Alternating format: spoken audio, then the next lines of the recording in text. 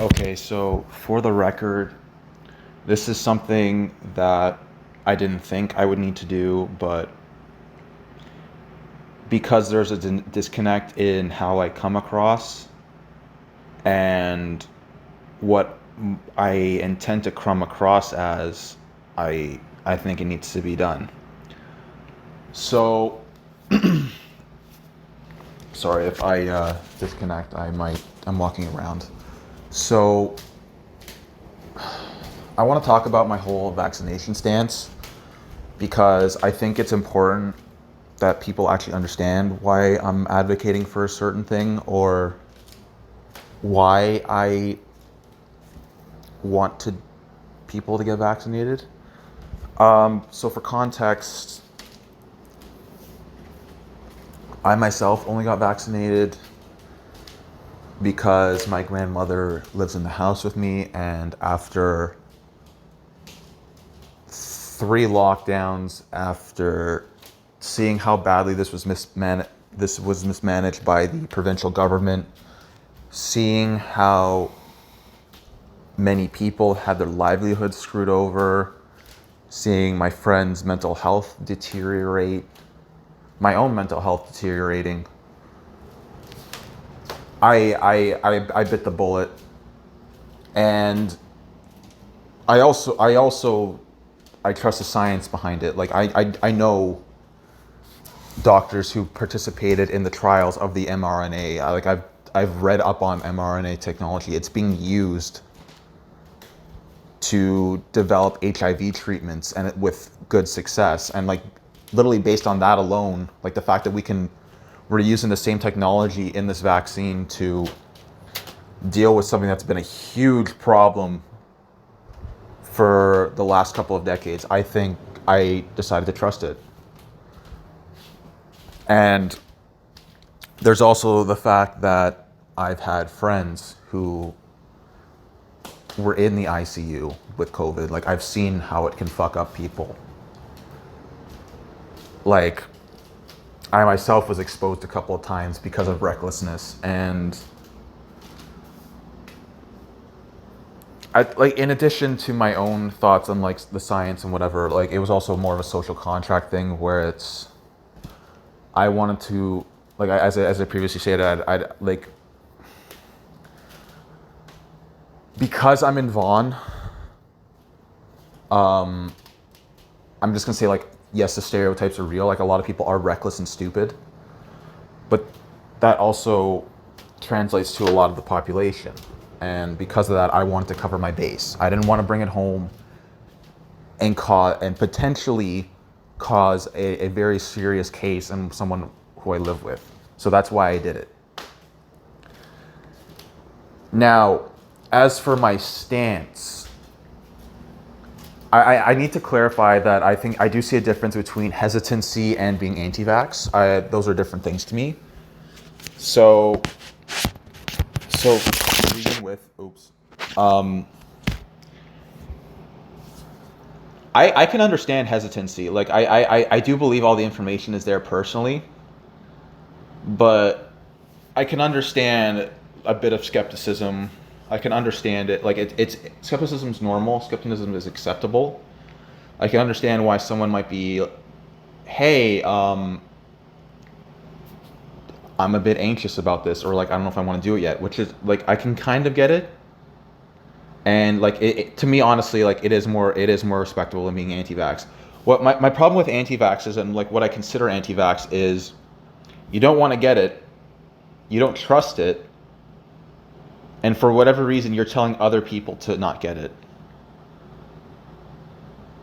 Like there's a difference between it being like a person, like ironically there's a difference between it being a personal choice and then arguing that other people should not get it, because once you cross, like when you say someone else shouldn't get it, you've crossed that line into advocacy. So you're kind of, or at least trying to impede the whole effort for people to get vaccinated. You're going against every doctor, every scientist, everyone who's seen someone get affected by COVID in a detrimental way. Because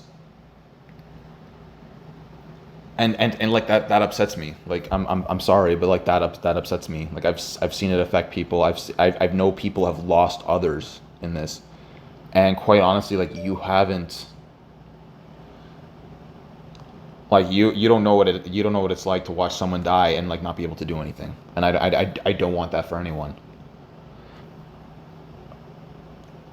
And what frustrates me about a lot of these anti-vax arguments is that they're easily refutable by Google searches. They're easily refutable by taking 10 minutes and actually looking into this. But when you press people on these, they start jumping to other factors. And to me, when you have to jump around to get your point across, like eventually you do lose your own point.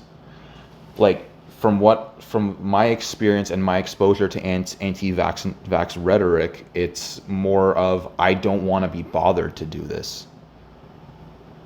It's like that's why that expression, that's why people are comparing it to like that one person in a group project in school that doesn't do anything and just gets the mark. Because that's what they're doing. Like you're trying to have your cake and eat it too. Like ultimately COVID and the vaccination is a social contract.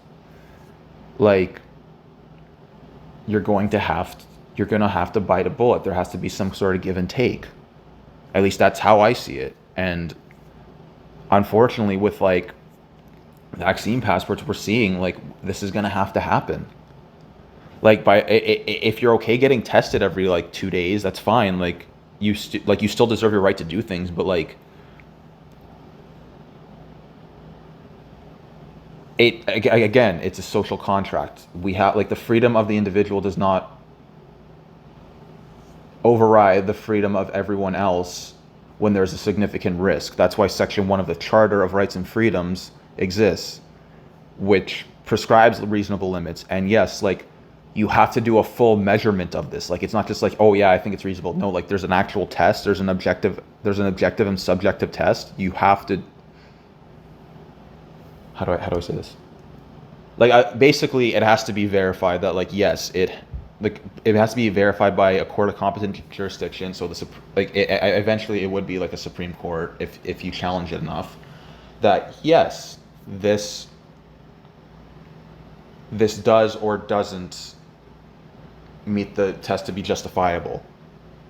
Considering that this is a public health emergency, considering that we've seen the effects and like how many people have died, how many people are in the ICU, how many people get infected.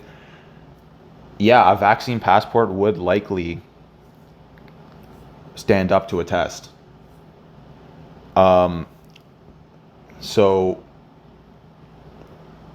I guess to summarize, because this is a bit janky and out of, how do I even say this? Not out of order. Sorry, I'm just having like a coffee. I'm still in my pajamas. I don't care. Not I don't care not about like making this, but like me being in my pajamas. But I digress. So what I'm trying to say is, I'm more upset about those who are actively advocating against things getting better than I am about people being hesitant to participate. Because one is a personal choice. The other one, you're entering yourself in a public discourse and you're subject to criticism. Once you advocate, you're putting yourself out there. Once you argue something, you are saying, you're opening yourself to a response. And if I have pissed you off or like upset you or whatever, I do apologize. If you're only skeptical, then that's fine. You do you. Like I'm not here to tell you otherwise. But if you are actually going out there and saying like, this can alter your DNA, for example, it's like, no, it can't. You can't do that with a vaccine. Like at most, this is a glorified flu shot. Like even if you get one dose, like just